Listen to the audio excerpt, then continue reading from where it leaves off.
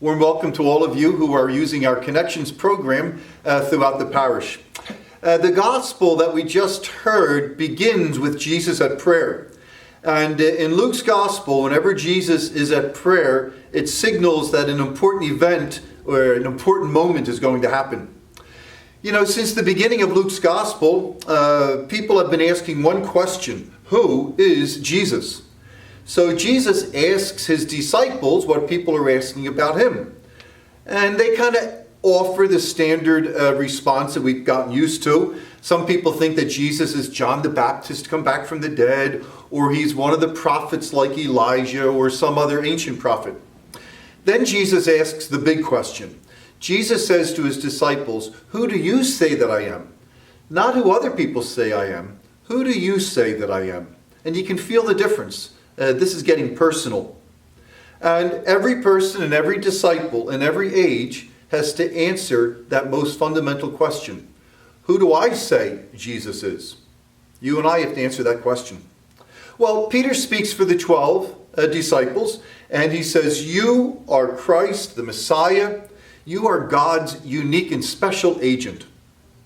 Now, Jesus does something which is pretty confusing. Jesus forbids them to tell anyone about this. He actually rebukes them. That's the language. He rebukes them. Now, why does Jesus do this? Is it because Peter is wrong? No, Jesus really is the Messiah. But Peter's understanding of the Messiah is wrong. That's why Jesus reacts the way he does. Notice what happens. Jesus now begins to teach his disciples about the true nature of his messiahship, that he's going to be a suffering Messiah. This is the first time that Jesus predicts his passion. He's going to do it 2 other times. You know, certain things in life, when they're said, have tremendous weight. They're almost like shocking. When a person says, "Will you marry me?" Or, "I am pregnant," or, "I have cancer." Well, Jesus, speaking of rejection and suffering and even crucifixion, is like this. It's shocking. Jesus also teaches that his disciples, his followers, will suffer as well, and that they'll have to carry crosses in their life just like he has in his. And Luke tells us they're going to have to carry those crosses daily. So Jesus reveals that he will suffer and be rejected. The same will happen to his followers and to his disciples. I think that would be a fair summary of the gospel this week. Anyway, you know, suffering and failure and sorrow affect everyone. It's just not a Christian thing. That's just a part of life. We experience suffering in our families and in our careers, in our marriages, and in our health. All people have crosses to bear. Jesus predicts that his followers will have extra crosses to bear. They're going to suffer because of their values, their beliefs, their faith, their convictions, their relationship with him. So we Christians need to develop a proper understanding of suffering. So let's just be real clear about certain things. God does not want people to suffer. Suffering is bad. As a father, God doesn't want to see his children suffer.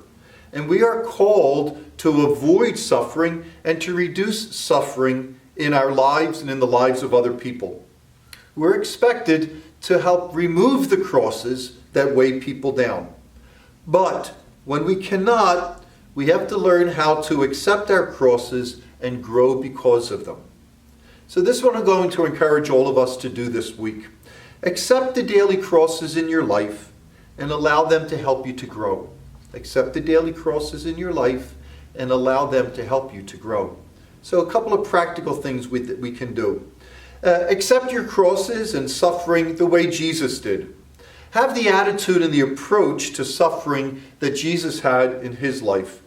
Jesus was never bitter or angry or always complaining because of the suffering he endured.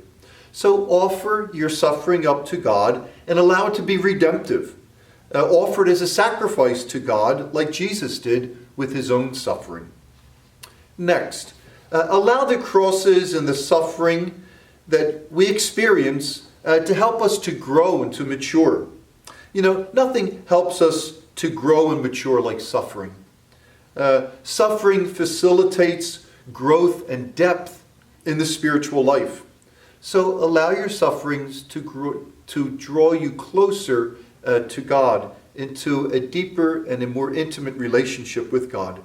And this will teach us to depend more on God in our lives, especially when there's suffering in our life.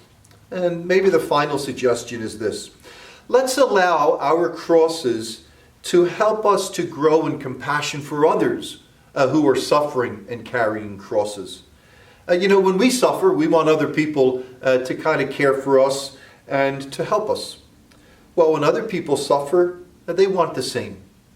So let's allow our crosses and the burdens that we experience in life to motivate us to reach out and to help others who are suffering in life and carrying their crosses as well.